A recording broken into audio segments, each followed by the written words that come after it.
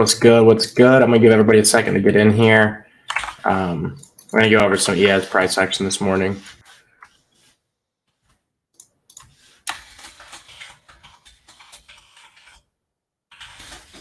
I'll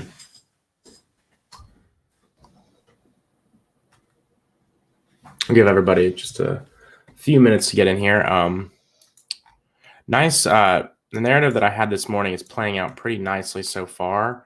We need to come back up into this range for what I really want to happen. But I will say, whenever we have this kind of price action pre-market, it doesn't really show me.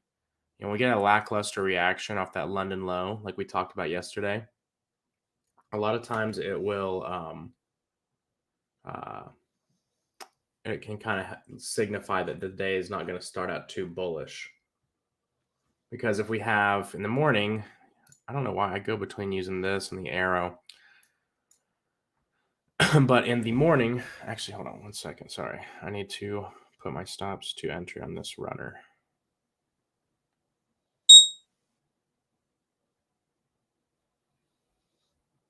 Check out Sol.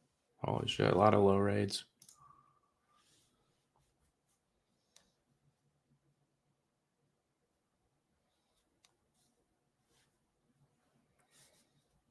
Damn, every fucking crypto seems like they just rated a low. But that indicator's not always the most reliable. I just think that there's a good amount of people. I'll go ahead and get started. What's up, Anonymous? How you doing? So this morning, talking about this in stock chat, I had this idea that we were possibly, in a power of 3 formation for the morning. Now, this still, I like for it to come back up into the range because this could get violated real quick. And I also have like a 1-minute market maker sell or buy model that I drew out, and I'll show you that as well. So, and we talked about yesterday how important it is to build a narrative, how important time and price is. And when I came into the market this morning and I noticed,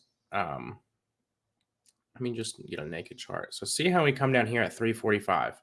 Now, we talked about yesterday how important that London low can be whenever we're framing our bias to the New York session. So even if we're not trading during London, we need to pay attention to it. And whenever we make a London low, we want to come off that low. Like if we look over here, we talked about this yesterday. This is the reaction you want on a buy day right there. Come take that high, displacement, undeniable force, fair value gap, rocket. That's what you want to see. Now, if we look over here, you don't see that. Now, this is a really good example. I want you to take a good look at this and understand that this is not displacement. There's no structure really being taken. Right? This is displacement. And your brain will rationalize and filter out data if you want to force a narrative. So you have to kind of let go of that cognitive dissonance and fear and understand that everything's not exactly what you want. Because to be honest with you, I wanted us to have this kind of reaction during London. But we came into the market and I said, okay, we're probably going to sell off at open, because that tells me that this is going to get taken. There's a lot of liquidity under that London low. And then if you look, I had looked at these lows right here. I know ICT had posted this, which I like this better now looking at it, but I didn't call those before. But I like how we came down under these lows. This is also the New York session lows for yesterday, into the fair value gap right here and into this higher time frame order block. So whenever we're looking at a potential area that we think we're going to push lower to and we see us consolidating above it, that's when you can start to frame that accumulation, manipulation, distribution, right? If we look, where is it? Oh, I forgot. I have them all off. No wonder I can't see them. But if you look, we accumulated in the morning session. So, the narrative that I had was we're going to go down. I thought we were going to go down more towards here, but we ended up going farther. So I just knew that we were going to go down. And oftentimes, whenever you have this accumulation in the pre-market hours, and especially after a big buy day, you're going to go down and take out the sell side, because there's a ton of people who think that they're going to be able to get in a position here and swing longs to head the heavens. So the market makers are going to come sweep them out. right? I was looking at a 930 low. That was the reason that I liked that low is because it was the equity market and there's a fair value gap, relatively equal lows. But it seems price wanted lower, took out the New York session lows and really back into this original institutional sponsorship area. And the reason that's important and would push an even more bullish narrative, in my opinion, is that we're coming back down to those areas that we know institutions got involved in. Right? That's why we use displacement, is we know that a large force got into the market there. So again, we're looking to trade with those large forces. So when I came into the market and I thought that, I said, okay, well, I can possibly catch a little short opportunity. So, and this is why it's important to get to your desk before we come into this. Is my internet fucking up?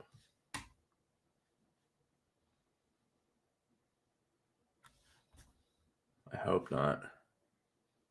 Can you guys hear me? Somebody comment or say something in Discord, please, if you can, because my shit just like faded in and out. Okay, I know it did because it's not streaming. You can hear me. Cool. Okay, gotcha. Sorry about that, guys. I don't know what my internet might go out. I know that you guys in the Discord know I've had a lot of issues with. There was like a car that a transformer around here, like on the power line, it like fell on this car, and ever since then my power goes out. Like I think they're working on it. It'll go out for like 5 minutes sometimes. Anyways, so I came into the market with this narrative, and this is the importance of building that narrative. Now, I didn't think, again, I did not call all the way down here. I thought we were going here, but that's all I needed. I didn't even take it all the way there. The narrative just gives you a framework to operate within.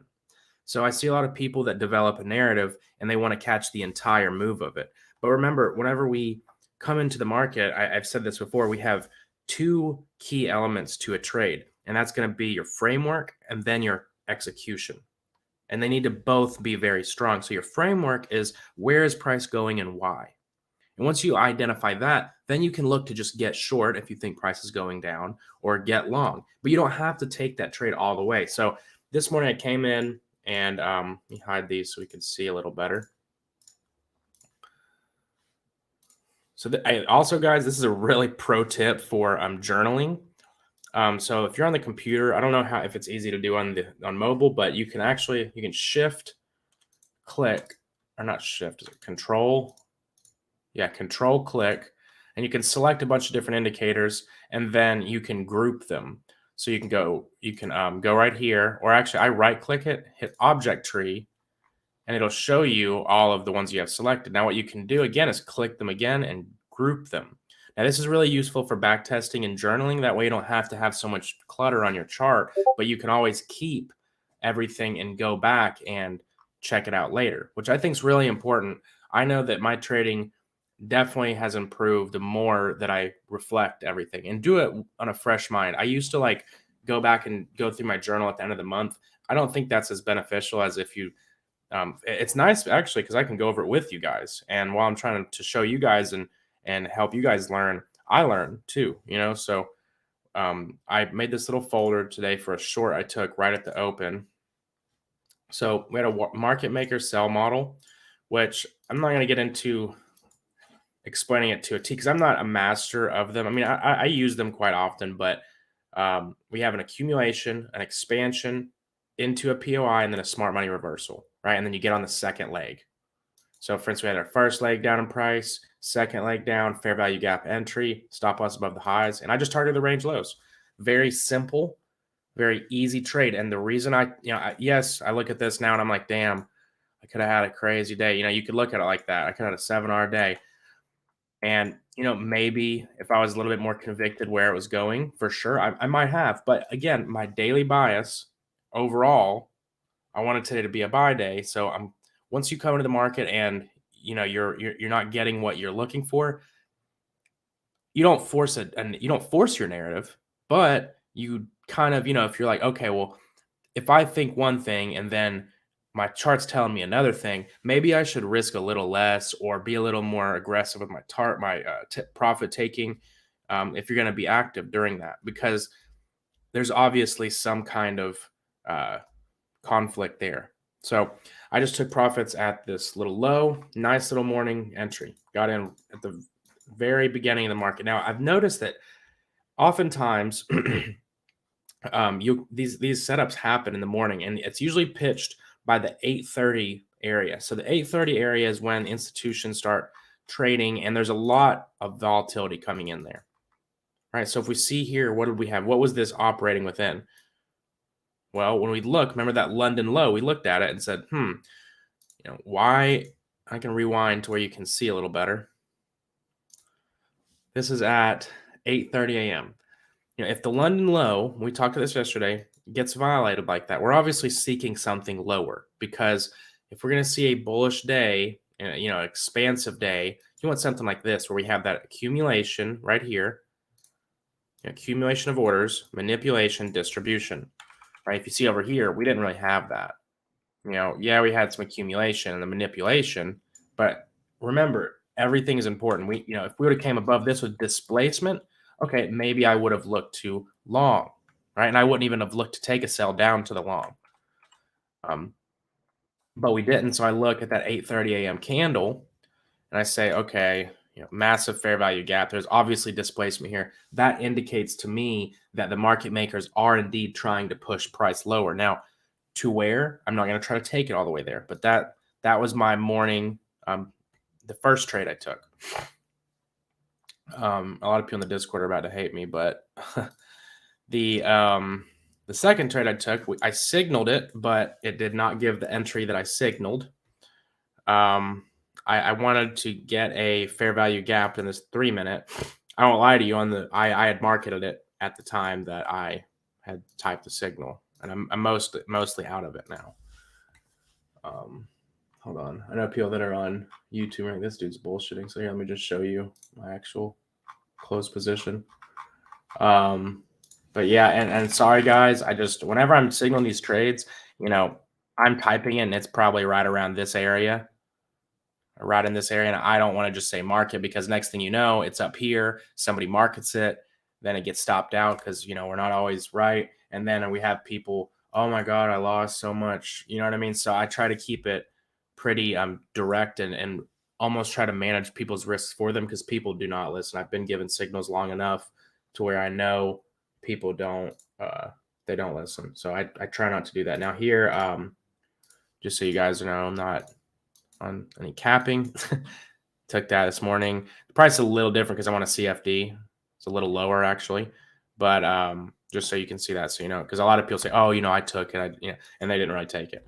But the reason that I wanted the limit there, and I had people cancel it, was because this fair value gap on the 3-minute. Now, because I didn't see a clear, 1-minute fair value gap. This was enough displacement to me where I know what's going on. I know that market makers are buying up those stops, right? We took out the New York lows, had a very expansive move to the downside in the morning. So at that time, I'm okay to long. But again, sorry to those that didn't get in. By the time most saw it, it was probably up here anyways, if these are 1-minute candles. But the reason I canceled the limits is because when we look at price in this range, the morning range, which is important, it's not our higher time frame range, but if we look right from that equity open, a little bit before it, but that high to the low, we came into a premium. Right, so when we're talking about ranges, for one, the day today, it might end up going really green. It might, right? I'm not saying it won't, but I am saying that I always look at things in probabilities. And if I see the London low get violated, like we just spoke about, that automatically reduces the probability that we're going to come up and maybe take that previous daily high. I'm also operating in the awareness that NQ still has not taken these fucking lows. And any of you guys who have been in the Discord know I want this I'm not watching NQ because of this.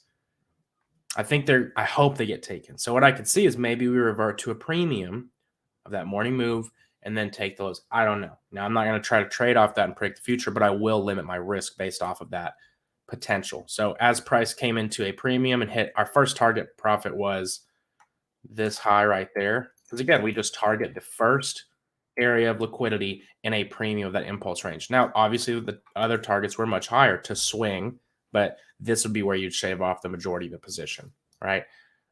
Nothing crazy, 2.4R, but 2.4R a day. For instance, you'll pass a funded challenge in 4 days if you just got a perfect. So a lot of people see all these, clown ass people that act like they get like 500R and shit all the time. They're not getting that. If they were, they'd be rich as shit. You can get 10R, so it happens, but don't let that skew your profit taking, because indices will take it just as fast as they give it. Somebody asked, so a fair value gap on any low time frame is valid after you get the break of structure with displacement. Yeah, for sure. I try to just watch the 1, 3, and the 5. I wasn't even watching anything but the 1. And like, for instance, like I said, I just executed on that because I know that's enough displacement for me. But I kind of have a feel for it, and I've been only trading indices lately, and I've been trading indices for a while. So, I'm a little bit more apt to I guess intuitively execute.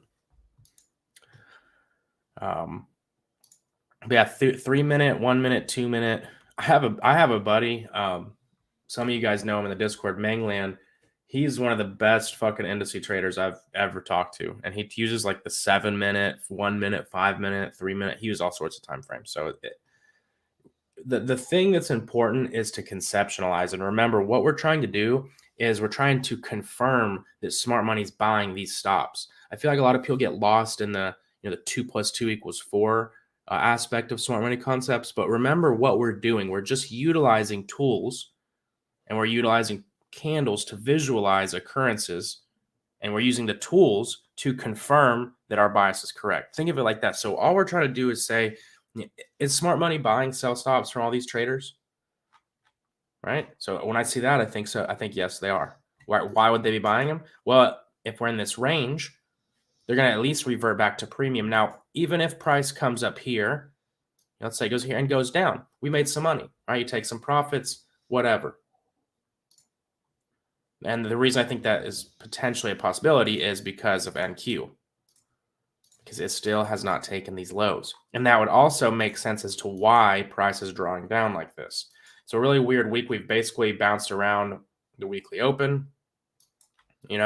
I think that if we could take these lows and not just take them, and get a nice reaction under it, that would make me feel much better about a little short-term up-only sentiment. Somebody said, what is your key factor, Mike said, that took you from being good at analysis versus a profitable trader? I noticed I suffer from paralysis from analysis at times, then force myself to enter trades because of it. So I've said this before, the best analysts can be the worst traders. So everybody wants to always learn analysis and understand why price does what it does, but that's useless to you if you can't execute properly. And if you have, a bad relationship mentally with trading, it's going to be really hard to not only execute, but to manage your trades. So, for instance, if you're scared to take a loss, you might have a system that's profitable technically. You have, every time we rate a 15-minute low and it's pro daily bias, I long to premium of the lick rate.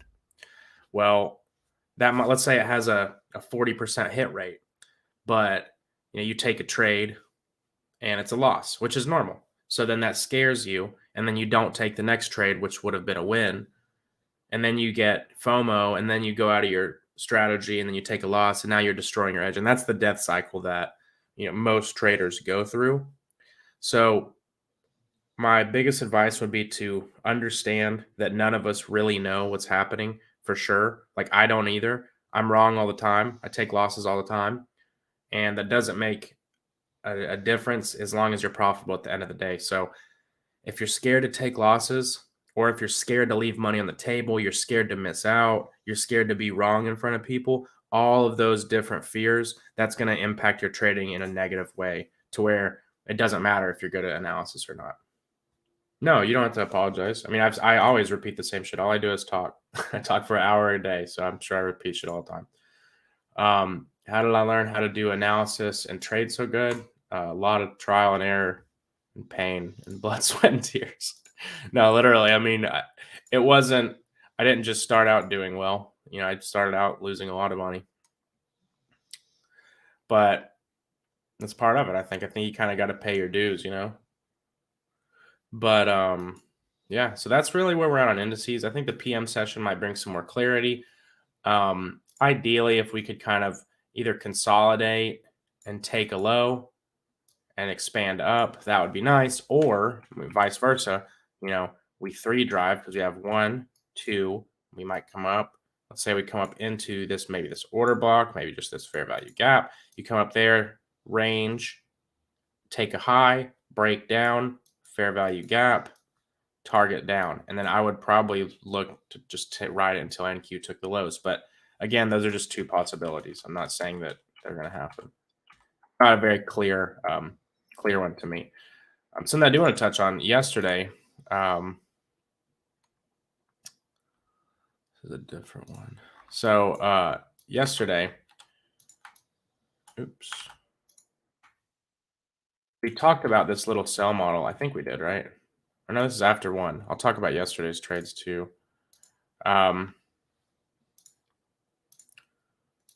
So in the PM session, again, we look for those liquidity rates. So yesterday, after we got off stream, we talked about how the overall narrative was to push price up to, you can't see it now because I moved it. Oh, wait, I guess you can.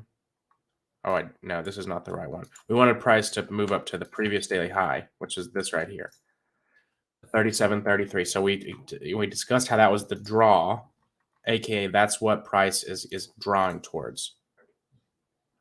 Oops, I thought that was the magnet icon. So when we identify a draw, we're building a narrative. We're looking to position ourselves to become a part of it.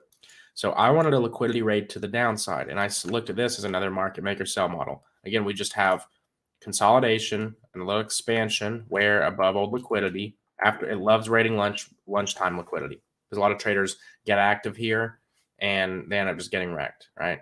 So it raids that. We see a nice smart money reversal here. I just took the fair value gap entry, super satisfying trade. I closed it.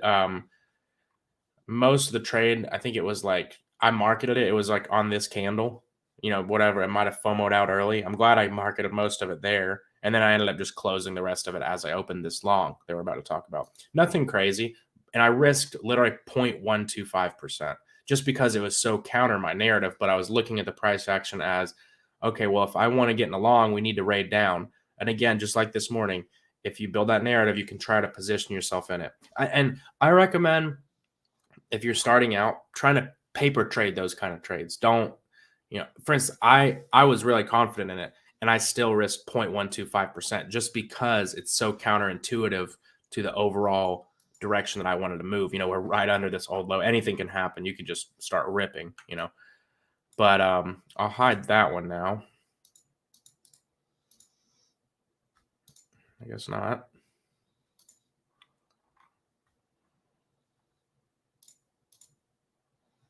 I guess I took it. Hold on.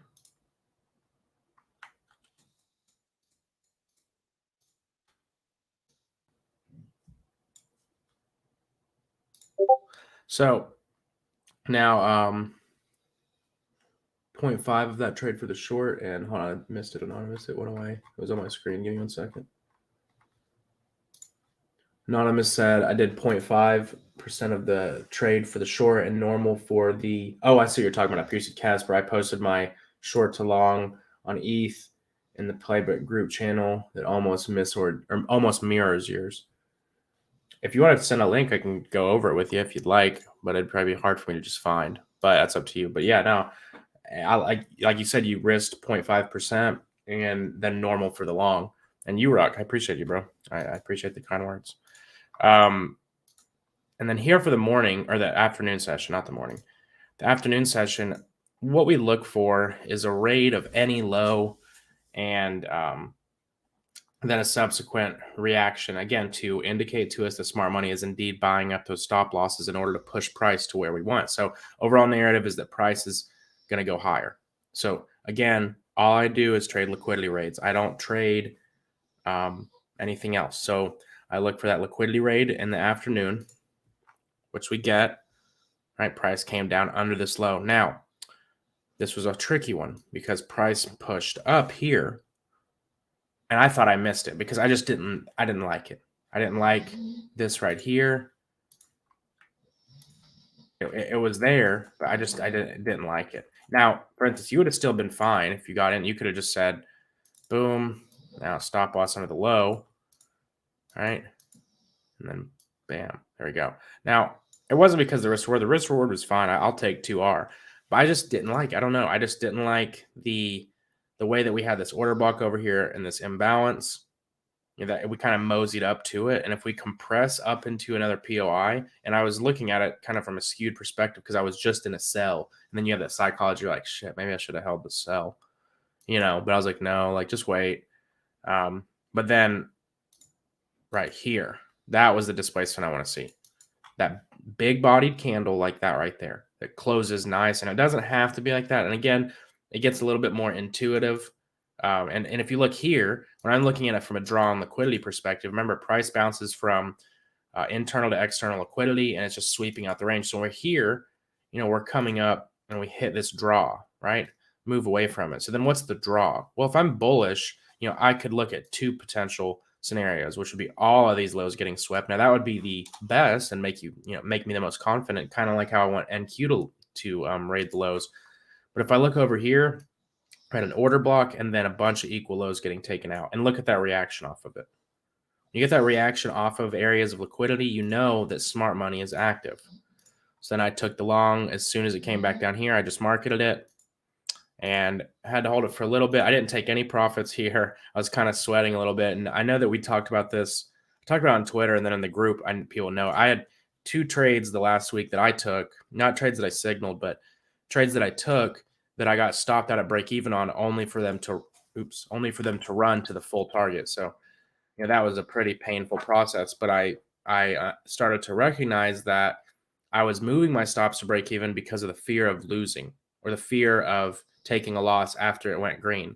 And being on a funded account will do that it did it to me at least. And I realized like you know better. Like for instance, all price is doing is coming around the range and taking liquidity. There's absolutely no reason to put your stop loss to break even unless you've hit a target or you've broken out of the range, which then you would have probably hit a target, because we all know that, price, whenever we're ranging, let's just say we have all this liquidity, price can do all sorts of stuff as long as it doesn't go above this high over here, and let's say, your entry was, I don't know, right here, right? Well, all these lows are just liquidity, right? So if we're looking about, this range right here, all of that liquidity ideally is going to get swept before we move up, because remember, price moves from internal liquidity, bam, internal taken, to external liquidity. And that's the way the algorithm works. So whenever let's say you got an entry, or if this was the lick rate you got on, here was your fair value gap, got in right here. Well, guess what happened? Price came back down. Just, here was your entry. Price came down and stopped you out just to go. And it was doing a very normal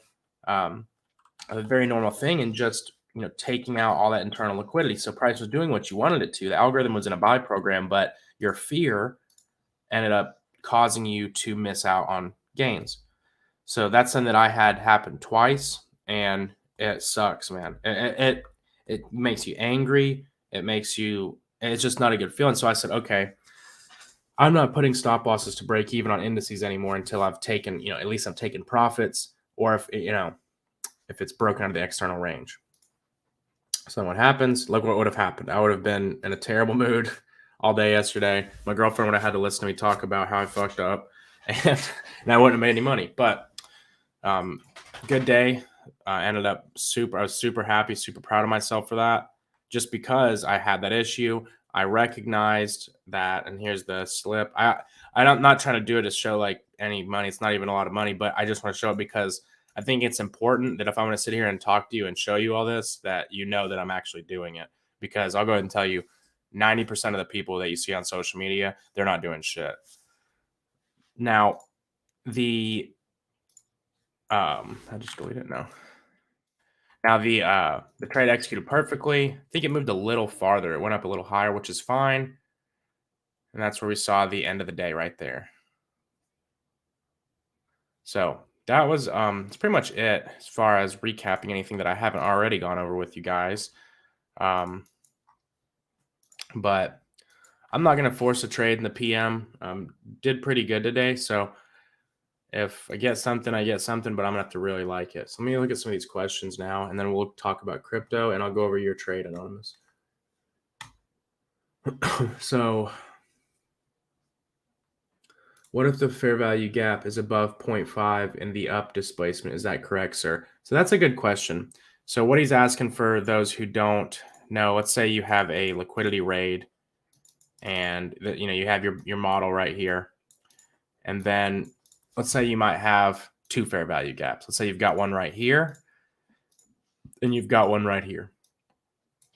So you could take a fib and have your premium and your discount of that little impulse move, because we know the way that the algorithm operates is it buys in a premium and sells in a I'm sorry, I always said that backwards. I'm sorry, I don't want to confuse anybody. Let me be clear. It buys at a discount and sells at a premium. So let's say price came up here, and it's taken its course of action. It's up here, chilling, and you're like, which fair value gap am I gonna do? Now, I'm not gonna tell you if your strategy is to use the discount one and it works for you. Don't change it because of this. But I'm taking the first one. Now, the reason for that is because I'm okay with the risk to reward that it eliminates. Because in my experience, I've had more missed trades that would have been winners due to trying to get the best entries than I have, seen like a damage from losing this potential 1 to 2 points. Now, you'll see this happen a lot of time. Now, another thing that happens, though, I will say, and this is the part where people get stopped at a break even, is it'll do this. Boom. And it comes back to that last one a lot of the time. So I noticed that, and that's okay with me, right? That's usually the part where I'm getting stopped at a break even if I am fucking up.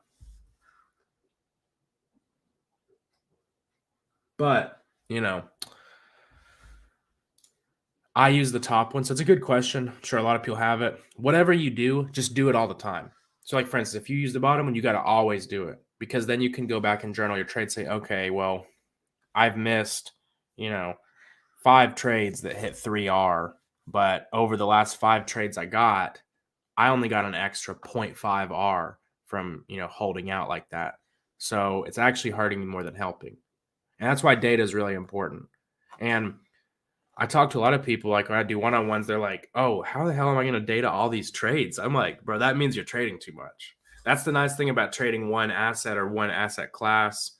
I trade two. I trade crypto and indices, but I'm really trading indices for the most part.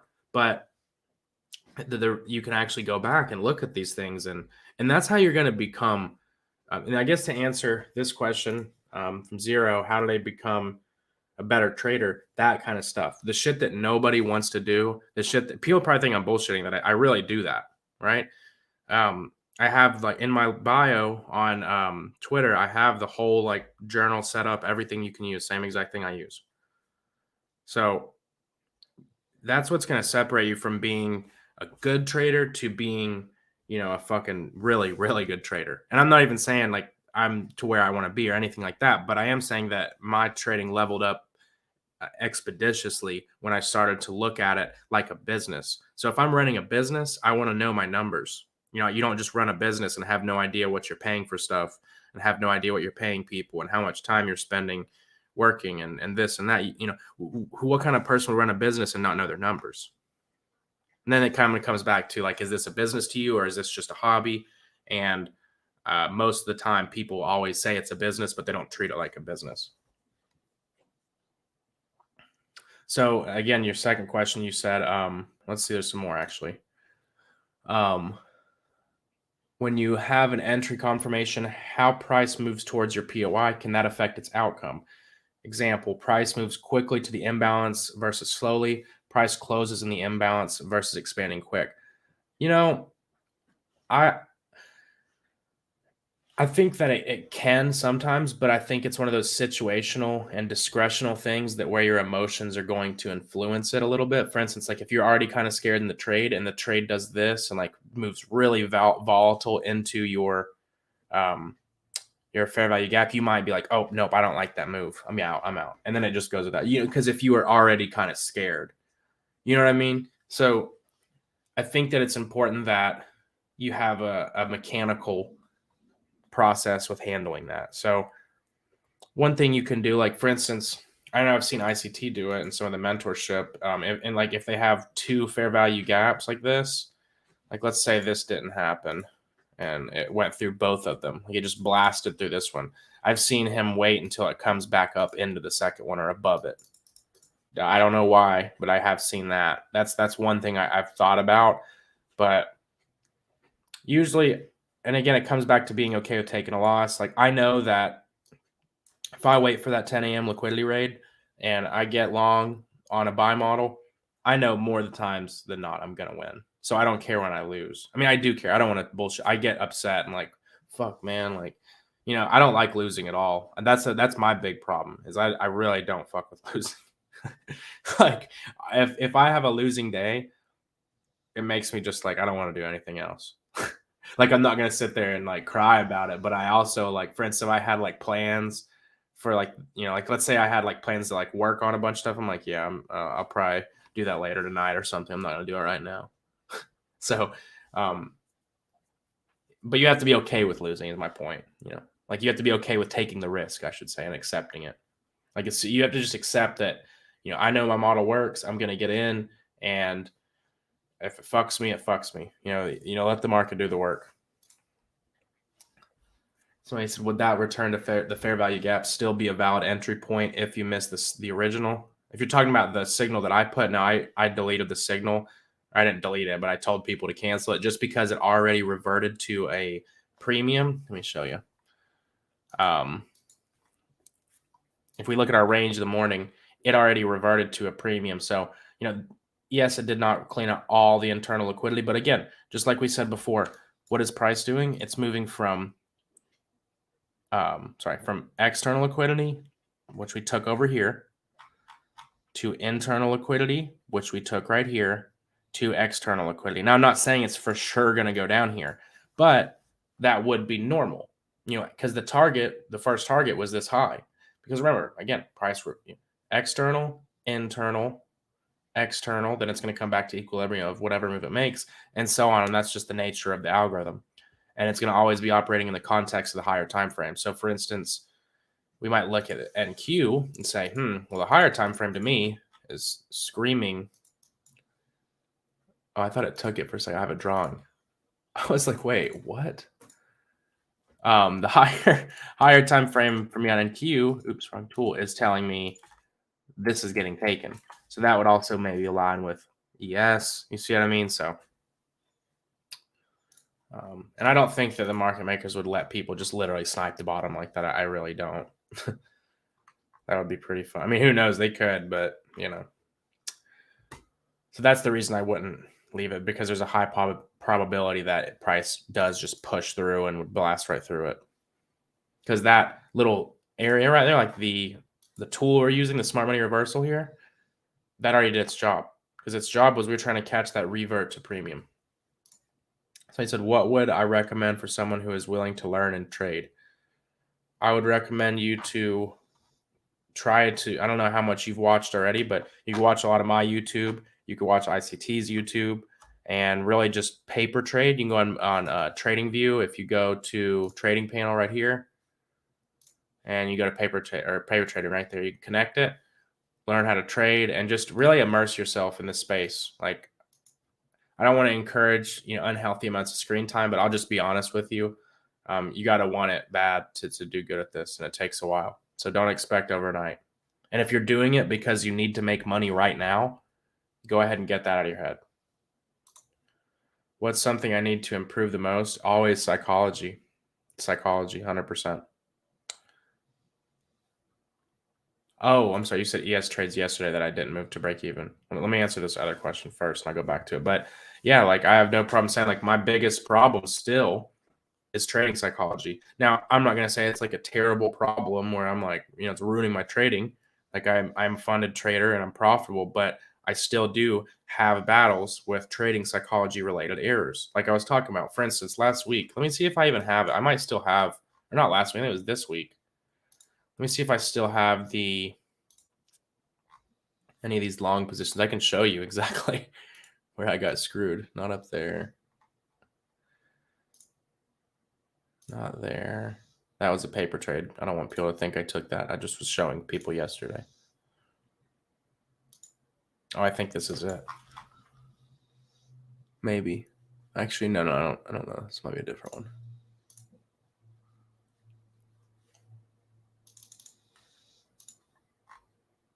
Yeah, this is it right here. This is actually it. So, my entry was a little skewed. This was just me kind of like measuring my stop loss. My entry was with my spread was more something like this. And I took this trade. It went up, and I was like, oh, fuck, I didn't want to lose. I was just like scared to lose. You know what I mean? Like, fuck, oh, man, like I don't want to lose. So I put my stop to break even. What did it do? It literally pit me and immediately, expediently ran to the full profit target. I think this has actually moved. My target, I know I'm pretty sure it was these highs. If I remember, I don't know why, because I remember it was more than a 2-hour trade. I don't think it was that one actually. I can't remember. There was another one like this that I did the same thing. So that's a psychological error, right? Is because why did I do that? Because I was scared to take a loss. I know better than that. Like I know that now that this little smart money reversal has occurred down here, I know that the algorithm is trying to take price back up. Now it can come down and take out lows. It could have came down way farther. It could have did this, went all the way down here, took this low, went into this order block. Then it could have done that, and my TA was still not invalidated. But yet, I was so scared to take a loss that I made a technical error, right? So that's a great example of my biggest problem, and is either moving stops up too early, taking profits too early. I'll execute. I'm not scared to get in. I never have a problem executing, but the management, that's the only problem that I ever notice that I'm trying to work on.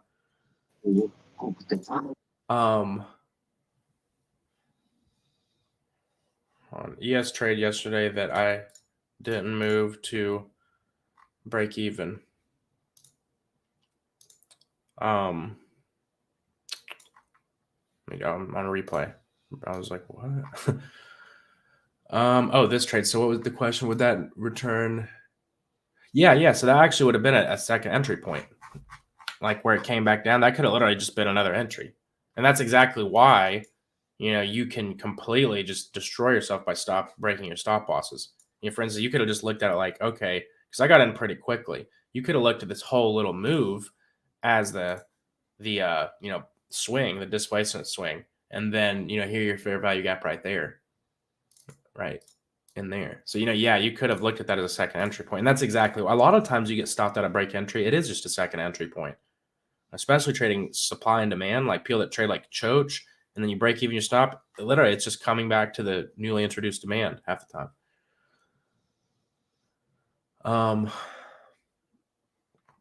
Oh, Anonymous, I just saw you posted this. Somebody said, oh yeah, Anonymous, listen to Anonymous. He said, part of building an impervious mindset when I was talking about psychology, he said, join Playbit to learn. There's a link in the bio where it's a free trial. That way you don't gotta put nothing down to see what's up. Just come look around the server if you don't like it. Sayonara. So what videos of ICT do I recommend to watch? Honestly, the 2022 mentorship, because I like the 2016 mentorship, but it's way more complicated. And like I watched it multiple times and didn't understand it. Not all of it. I watched a lot of it where I was like, "What the fuck?" This is a long time ago. But the 2022 is a little bit easier to digest. What are the 3 candles needed for fair value gap? Okay, great. It's a good question. So a fair value gap is just a 3 candle formation where we have, let's do this. Let me edit it. Sorry.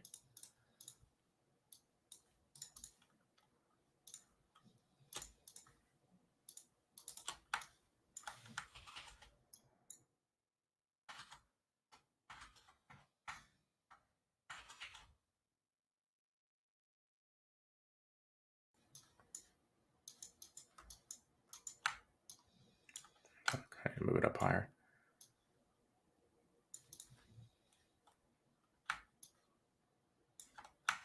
Frame view is actually not bad for like graphic design if you let it be. I'm going to hide this previous week's EQ for a second.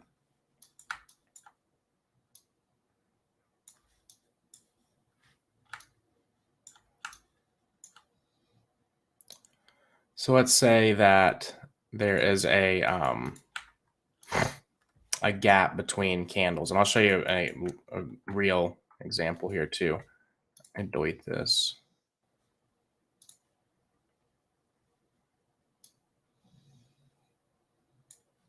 Actually, I'm making this way more complicated than it needs to be, but I'm going to keep doing it the way I'm doing it. I don't know why I made a fourth candle.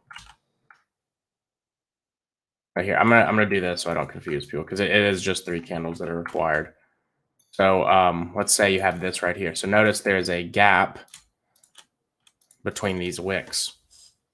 So think of this as that has to be filled at some point, maybe not immediately, but at some point, price is going to come down in here and fill this gap. Now, why is it going to do that? When we're looking at price and we're talking about moving from internal to external liquidity, let's say that there was an old high right here, and there's external liquidity up here at this high. We're just saying that this is extended out from some previous point in time. So we now have a range, right? Remember, price travels from external liquidity. It's going to tap that. Now we have a range. So now it's going to travel back internal liquidity inside of a range back to external liquidity. Now, the reason why it's going to travel back here is because there's orders here.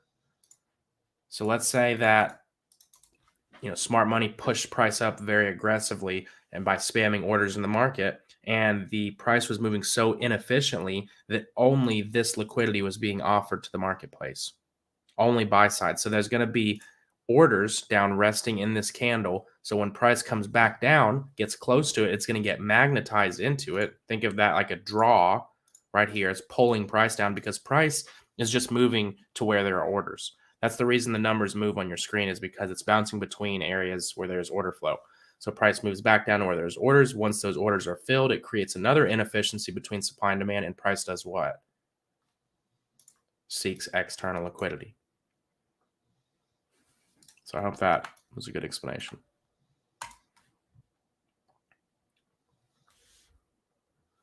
Am I interested in any potential Forex swings? I'm not going to lie. I'm not really interested in a lot of Forex right now, just because there's so much fucking crazy shit going on that in the world right now that Forex is really I'm not saying people are killing it. I see the clearest and best opportunities in indices. And I like the time of day. I'm on New York time. So for me, I can wake up, exercise, have breakfast, and get to my desk in time. And then I'm done also by the afternoon. So I can kind of manage my time a little better. How long is a trial? It is 5 days. Just use code Casper. It's all caps. That way you get it. So he said Casper seems to be doing really well applying ICT concepts to crypto. Yeah, we haven't been trading crypto, to be quite honest, very often lately. Oh, Bitcoin's flying. But holy shit. But we traded this over here, the full target. I think it was somewhere around this. It was like a 3-hour trade, but we traded that, and it was very satisfying to see the trade, immediately move from our entry. That was a nice trade we took. But crypto lately, I won't lie, has just not been very. It's not been very clean, I guess I would say. Like, this is actually really good. It looks nice. I just wasn't watching here. We'll recap this. So we came down close to that weekly open. We've got a gap. Oh fuck! Let me do that. But a gap right there. It's similar to the S&P, right? The lows in the New York session took them. Let me see what it did on the 1 minute. This is why I don't really. It's just not as clean. Like, looking back in hindsight, we see it. Like, for sure, you can see the entry. It definitely is there, but it's just not as clean to me. Now it would have been a better trade, to be honest, as far as like how much money you made, probably. But I've actually thought about getting another screen, and when I trade ES, seeing if there's a good trade on crypto.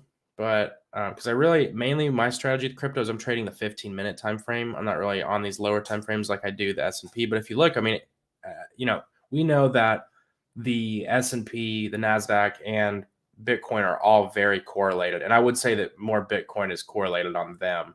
So whenever we have a bullish narrative in the stock market, you oftentimes have a bullish narrative in the crypto market.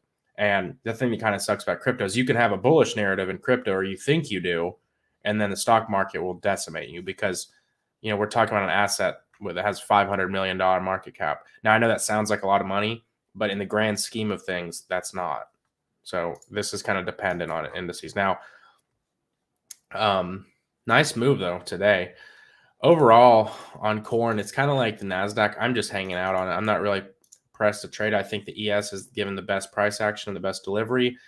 I really would like this low to be taken or us to travel up above these highs again. And that's what I built the narrative last time. I said, okay, when we come above these equal highs, I'll look for a trade. That happened. We got a trade. So that's my strategy with crypto. I don't sit there and watch it all day because like sometimes it gives really good setups and then other times it doesn't. And I don't think it's as efficient or clean of price action. And I also trade on a Forex funded broker. So my spreads are not the greatest.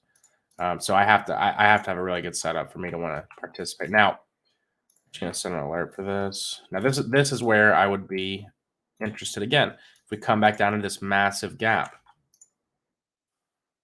drawing lines everywhere. There we go.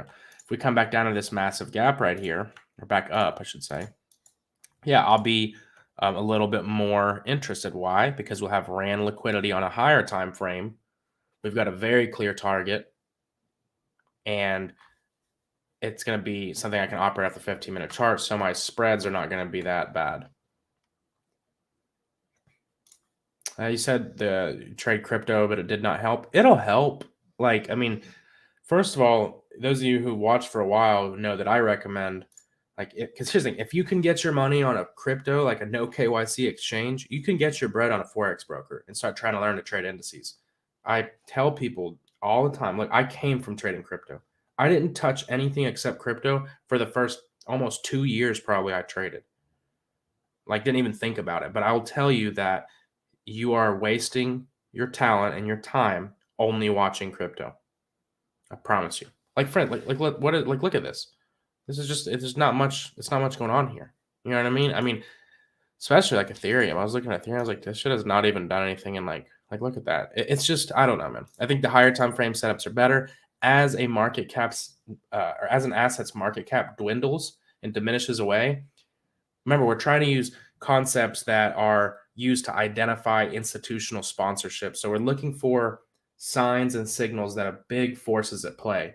And, the smaller the market gets, the less big forces are there. Now, Bitcoin, I'm not saying is not manipulated, but so he said go to indices or Forex. I would recommend indices for sure. No question. Like, no question at all. I love trading indices. It's cut out for you. You know exactly what times you're looking for stuff. It trades very well in the New York session. I know exactly what I'm looking for. I know my hours I'm going to be trading. It just works a lot better with my lifestyle because crypto is like, how I say these highs might get ran at, on Bitcoin we're talking about, that might happen at 4 a.m. and and I'm not, you know what I mean? So I think that just watching crypto, you try to, I don't know. And here's the thing, when it's moving nicely, there's great trades. I'm not saying it never does, but don't just sit there and watch it. Because if we look over the last, how long is this? The last 33 days, there's been really 2 good moves. It's just kind of like, like, really? Like, let's look at, come on now. You know what I mean? Like, where's the volatility at? This is what I want to be active in. I want to be in fast markets, not shit that's just sitting there.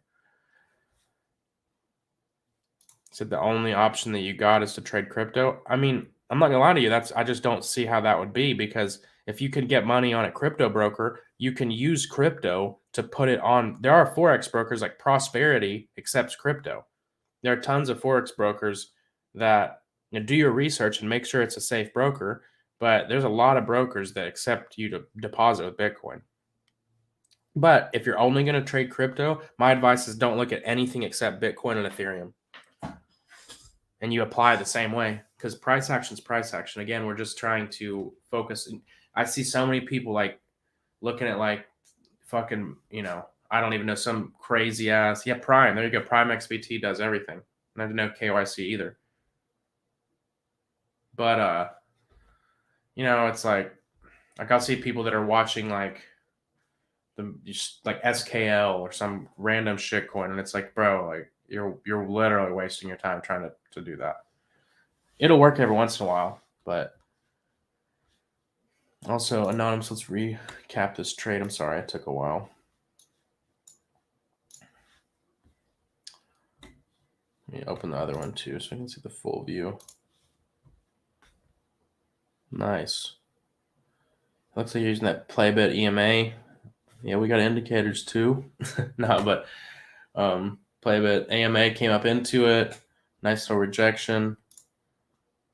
Yeah, I guarantee in the lower time frames, this was a market make or sell. Like, for instance, this was going to be your consolidation, expansion, smart money reversal happened right here. Probably left a fair value gap, entry, and then down. And price is fractal. So once you understand the concept of what's going on, you're able to look at it from a perspective of understanding it rather than, why is there no fair value gap right there? That can't, you know what I mean? You know what's happening. It's the shift of weak hands to strong hands. Smart money reversal. On that note, guys, I am going to hop off here. I'm actually watching my friends, 2 dogs, and they're looking at me like they want to go out. So, yeah, I really appreciate you guys. Good stream. If you guys want to hop in the server, just use code Casper. It's at the bottom of the screen. And in the bio, you could just use all caps Casper and get a free trial for 5 days. If you don't like it, head out. But yeah, guys, I'll see you all tomorrow. We'll be streaming at 4 p.m. because we're going to recap the whole week. And after that, we'll only have the private class that's going to be in the Discord. So if you guys want to be there for that, go ahead and sign up and at me once you get in the server. But I will see the rest of you guys later. Peace.